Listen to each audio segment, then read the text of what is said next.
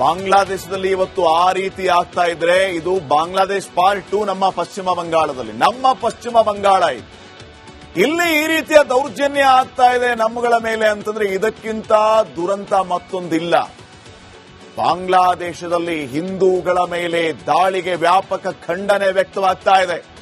ದೆಹಲಿಯಿಂದ ಹಿಡಿದು ಕೋಲ್ಕತಾದವರೆಗೆ ಹಿಂದೂಗಳು ಪ್ರೊಟೆಸ್ಟ್ ಅನ್ನ ಮಾಡ್ತಾ ಇದ್ದಾರೆ. ಬಾಂಗ್ಲಾದೇಶದಲ್ಲಿ ಮುಸ್ಲಿಮರ ದಾಳಿಗೆ ಹಿಂದೂಗಳು ಆಕ್ರೋಶವನ್ನ ವ್ಯಕ್ತಪಡಿಸ್ತಾ ಇದ್ದಾರೆ. ಹಿಂದೂಗಳ ರಕ್ಷಣೆಗೆ ಆಗ್ರಹಿಸಿ ಕಲ್ಕತ್ತಾದಲ್ಲಿ ಭಾರೀ ಪ್ರತಿಭಟನೆ ನಡೀತಾ ಇತ್ತು. ಪ್ರತಿಭಟನೆ ಆಗ್ತಾ ಇರೋದು ಪಶ್ಚಿಮ ಬಂಗಾಳದ ಸರ್ಕಾರದ ವಿರುದ್ಧ ಅಲ್ಲ, ಬಾಂಗ್ಲಾದೇಶದಲ್ಲಿ ನಡೀತಾ ಇರುವಂತಹ ಹಿಂದೂಗಳ ಮೇಲಿನ ದೌರ್ಜನ್ಯವನ್ನ ಖಂಡಿಸಿ. ಅದಕ್ಕೆ ಮಮತಾ ಬ್ಯಾನರ್ಜಿ ಅವರಿಗೆ ಸಿಟ್ಟು ಯಾಕೆ ಬರಬೇಕು? ಮಮತಾ ಬ್ಯಾನರ್ಜಿ ಅವ್ರಿಗೆ ಯಾಕೆ ಟೆನ್ಷನ್ ಆಗಬೇಕು? ಪ್ರತಿಭಟನೆ ಮಾಡೋರ ಮೇಲೆ ಪೊಲೀಸರನ್ನ ಬಿಡೋದು ಯಾಕೆ ಮಮತಾ ಬ್ಯಾನರ್ಜಿ ಅವರಿಗೆ ಇಷ್ಟೊಂದು ತ್ರಾಸಾಗ್ತಾ ಇದೆ? ಹಿಂದೂಗಳ ಹಕ್ಕನ್ನೇ ಕಸಿಯೋದಕ್ಕೆ ದೀದಿ ಮುಂದಾಗಿದ್ದಾರೆ. ಹಿಂದೂಗಳ ಹೋರಾಟವನ್ನೇ ಹತ್ತಿಕ್ಕೋದಕ್ಕೆ ಮಮತಾ ಬ್ಯಾನರ್ಜಿ ಪ್ರಯತ್ನ ಮಾಡ್ತಾ ಇದ್ದಾರೆ. ಹಿಂಸೆಯನ್ನ ಖಂಡಿಸಲು ಯತ್ನಿಸಿದವರ ಮೇಲೆ ಹಿಂಸಾಚಾರವನ್ನ ಮಾಡಿಸ್ತಾ ಇರೋದು ಮಮತಾ ಬ್ಯಾನರ್ಜಿ. ಮಮತಾ ಬ್ಯಾನರ್ಜಿ ವಿರುದ್ಧ ಅಲ್ಲಿ ಪ್ರತಿಭಟನೆ ನಡೀತಾ ಇಲ್ಲ. ಮಮತಾ ಬ್ಯಾನರ್ಜಿಯನ್ನ ಯಾರು ಪ್ರಶ್ನೆ ಮಾಡ್ತಾ ಇಲ್ಲ. ಪ್ರಶ್ನೆ ಮಾಡ್ತಾ ಇರೋದು ಬಾಂಗ್ಲಾದೇಶದ ನಿಲುವು ಮತ್ತು ನಡೆಯನ್ನ. ಬಾಂಗ್ಲಾದೇಶದ ವಿರುದ್ಧ ಪ್ರತಿಭಟನೆ ಮಾಡಿದ್ರೆ ಮಮತಾ ಬ್ಯಾನರ್ಜಿಗೆ ಸಿಟ್ಟಾಗಿ ಬರಬೇಕು. ಮುಸ್ಲಿಮರ ಓಲೈಕೆಗಾಗಿ, ಮುಸ್ಲಿಮರ ವೋಟ್ ಬ್ಯಾಂಕ್ಗಾಗಿ ಮಮತಾ ಬ್ಯಾನರ್ಜಿ ಯಾವ ಲೆವೆಲ್ಗಾದ್ರೂ ಇಳಿತಾರೆ ಅನ್ನೋದಕ್ಕೆ ಇವೆಲ್ಲವೂ ಕೂಡ ಸಾಕ್ಷಿ ಆಗ್ತಾ ಇದೆ. ಬಾಂಗ್ಲಾದೇಶದ ವಿರುದ್ಧ ಪ್ರತಿಭಟನೆ ಮಾಡಿದ್ರೆ ಇವರಿಗೆ ಉರಿ. ಹಿಂಗಾಗಿ ಅಲ್ಲಿ ಕೋಲಾಹಲ.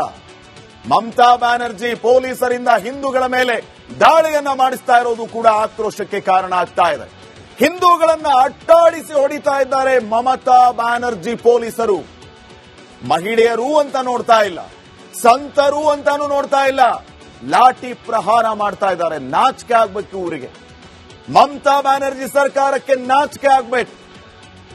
ಅಲ್ಲಿ ಪ್ರತಿಭಟನೆ ಮಾಡ್ತಾ ಇರೋದು ಬಾಂಗ್ಲಾದೇಶದ ವಿರುದ್ಧ.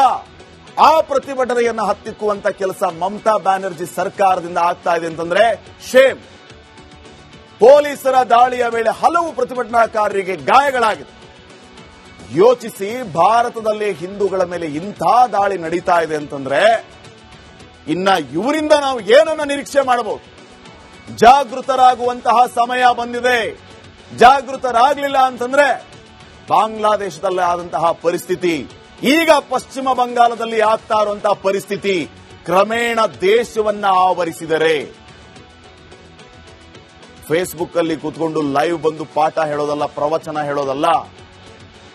ಒಬ್ಬೊಬ್ಬ ನಾಗರಿಕರು ಕೂಡ ಈ ಸಂದರ್ಭದಲ್ಲಿ ಯಾವ ರೀತಿ ಜಾಗೃತರಾಗಬೇಕು, ಏನ್ ನಡೀತಾ ಇದೆ ಅಂತ ಯಾವಾಗ ಎಚ್ಚೆತ್ಕೋಬೇಕು, ಅವಾಗ ಸರಿಯಾದ ಉತ್ತರ ಕೊಡೋದು, ಪ್ರತಿರೋಧ ವ್ಯಕ್ತಪಡಿಸೋದಾಗುತ್ತೆ.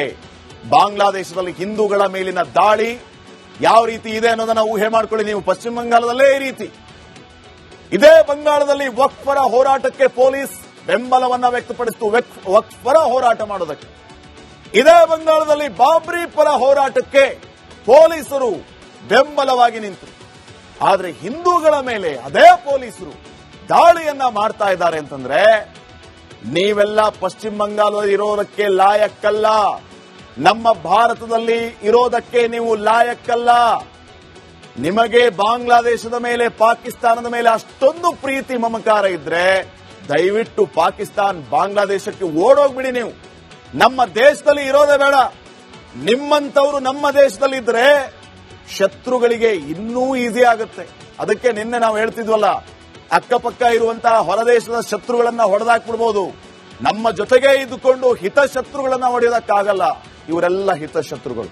ಇಂಥವರನ್ನ ಹೆಡೆಮುರಿ ಕಟ್ಟಬೇಕು. ಅವಾಗ ದೇಶ ಇನ್ನೂ ಸುರಕ್ಷಿತವಾಗಿರುತ್ತೆ. ಇನ್ನು ನೆಕ್ಸ್ಟ್, ಬಾಂಗ್ಲಾದೇಶದಲ್ಲಿ ಇವತ್ತು ಆ ರೀತಿ ಆಗ್ತಾ ಇದ್ರೆ ಇದು ಬಾಂಗ್ಲಾದೇಶ್ ಪಾರ್ಟ್ 2 ನಮ್ಮ ಪಶ್ಚಿಮ ಬಂಗಾಳದಲ್ಲಿ. ನಮ್ಮ ಪಶ್ಚಿಮ ಬಂಗಾಳ ಇದು. ಇಲ್ಲಿ ಈ ರೀತಿಯ ದೌರ್ಜನ್ಯ ಆಗ್ತಾ ಇದೆ ನಮ್ಮಗಳ ಮೇಲೆ ಅಂತಂದ್ರೆ ಇದಕ್ಕಿಂತ ದುರಂತ ಮತ್ತೊಂದಿಲ್ಲ. ಬಾಂಗ್ಲಾದೇಶದಲ್ಲಿ ಹಿಂದೂಗಳ ಮೇಲೆ ದಾಳಿಗೆ ವ್ಯಾಪಕ ಖಂಡನೆ ವ್ಯಕ್ತವಾಗ್ತಾ ಇದೆ. ದೆಹಲಿಯಿಂದ ಹಿಡಿದು ಕೋಲ್ಕತಾದವರೆಗೆ ಹಿಂದೂಗಳು ಪ್ರೊಟೆಸ್ಟ್ ಅನ್ನ ಮಾಡ್ತಾ ಇದ್ದಾರೆ. ಬಾಂಗ್ಲಾದೇಶದಲ್ಲಿ ಮುಸ್ಲಿಮರ ದಾಳಿಗೆ ಹಿಂದೂಗಳು ಆಕ್ರೋಶವನ್ನ ವ್ಯಕ್ತಪಡಿಸ್ತಾ ಇದ್ದಾರೆ. ಹಿಂದೂಗಳ ರಕ್ಷಣೆಗೆ ಆಗ್ರಹಿಸಿ ಕಲ್ಕತ್ತಾದಲ್ಲಿ ಭಾರೀ ಪ್ರತಿಭಟನೆ ನಡೀತಾ ಇತ್ತು. ಪ್ರತಿಭಟನೆ ಆಗ್ತಾ ಇರೋದು ಪಶ್ಚಿಮ ಬಂಗಾಳದ ಸರ್ಕಾರದ ವಿರುದ್ಧ ಅಲ್ಲ, ಬಾಂಗ್ಲಾದೇಶದಲ್ಲಿ ನಡೀತಾ ಇರುವಂತಹ ಹಿಂದೂಗಳ ಮೇಲಿನ ದೌರ್ಜನ್ಯವನ್ನ ಖಂಡಿಸಿ. ಅದಕ್ಕೆ ಮಮತಾ ಬ್ಯಾನರ್ಜಿ ಅವರಿಗೆ ಸಿಟ್ಟು ಯಾಕೆ ಬರಬೇಕು? ಮಮತಾ ಬ್ಯಾನರ್ಜಿ ಅವ್ರಿಗೆ ಯಾಕೆ ಟೆನ್ಷನ್ ಆಗಬೇಕು? ಪ್ರತಿಭಟನೆ ಮಾಡೋರ ಮೇಲೆ ಪೊಲೀಸರನ್ನ ಬಿಡೋದು ಯಾಕೆ ಮಮತಾ ಬ್ಯಾನರ್ಜಿ ಅವರಿಗೆ ಇಷ್ಟೊಂದು ತ್ರಾಸಾಗ್ತಾ ಇದೆ? ಹಿಂದೂಗಳ ಹಕ್ಕನ್ನೇ ಕಸಿಯೋದಕ್ಕೆ ದೀದಿ ಮುಂದಾಗಿದ್ದಾರೆ. ಹಿಂದೂಗಳ ಹೋರಾಟವನ್ನೇ ಹತ್ತಿಕ್ಕೋದಕ್ಕೆ ಮಮತಾ ಬ್ಯಾನರ್ಜಿ ಪ್ರಯತ್ನ ಮಾಡ್ತಾ ಇದ್ದಾರೆ. ಹಿಂಸೆಯನ್ನ ಖಂಡಿಸಲು ಯತ್ನಿಸಿದವರ ಮೇಲೆ ಹಿಂಸಾಚಾರವನ್ನ ಮಾಡಿಸ್ತಾ ಇರೋದು ಮಮತಾ ಬ್ಯಾನರ್ಜಿ.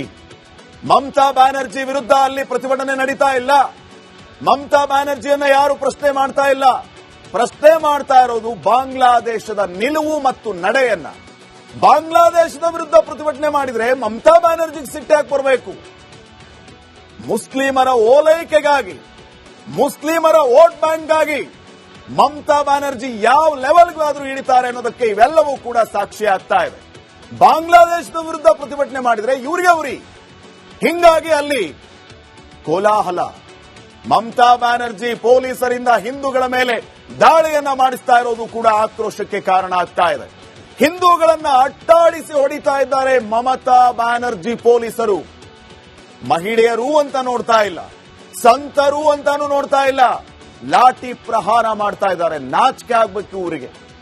ಮಮತಾ ಬ್ಯಾನರ್ಜಿ ಸರ್ಕಾರಕ್ಕೆ ನಾಚಿಕೆ ಆಗ್ಬೇಕು. ಅಲ್ಲಿ ಪ್ರತಿಭಟನೆ ಮಾಡ್ತಾ ಇರೋದು ಬಾಂಗ್ಲಾದೇಶದ ವಿರುದ್ಧ. ಆ ಪ್ರತಿಭಟನೆಯನ್ನ ಹತ್ತಿಕ್ಕುವಂತ ಕೆಲಸ ಮಮತಾ ಬ್ಯಾನರ್ಜಿ ಸರ್ಕಾರದಿಂದ ಆಗ್ತಾ ಇದೆ ಅಂತಂದ್ರೆ ಶೇಮ್. ಪೊಲೀಸರ ದಾಳಿಯ ವೇಳೆ ಹಲವು ಪ್ರತಿಭಟನಾಕಾರರಿಗೆ ಗಾಯಗಳಾಗಿದೆ.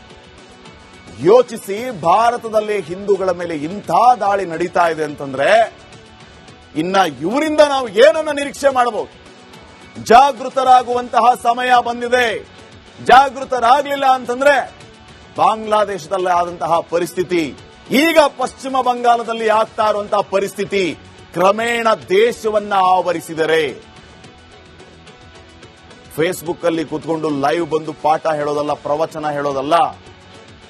ಒಬ್ಬೊಬ್ಬ ನಾಗರಿಕರು ಕೂಡ ಈ ಸಂದರ್ಭದಲ್ಲಿ ಯಾವ ರೀತಿ ಜಾಗೃತರಾಗಬೇಕು, ಏನ್ ನಡೀತಾ ಇದೆ ಅಂತ ಯಾವಾಗ ಎಚ್ಚೆತ್ಕೋಬೇಕು, ಅವಾಗ ಸರಿಯಾದ ಉತ್ತರ ಕೊಡೋದು, ಪ್ರತಿರೋಧ ವ್ಯಕ್ತಪಡಿಸೋದಾಗುತ್ತೆ.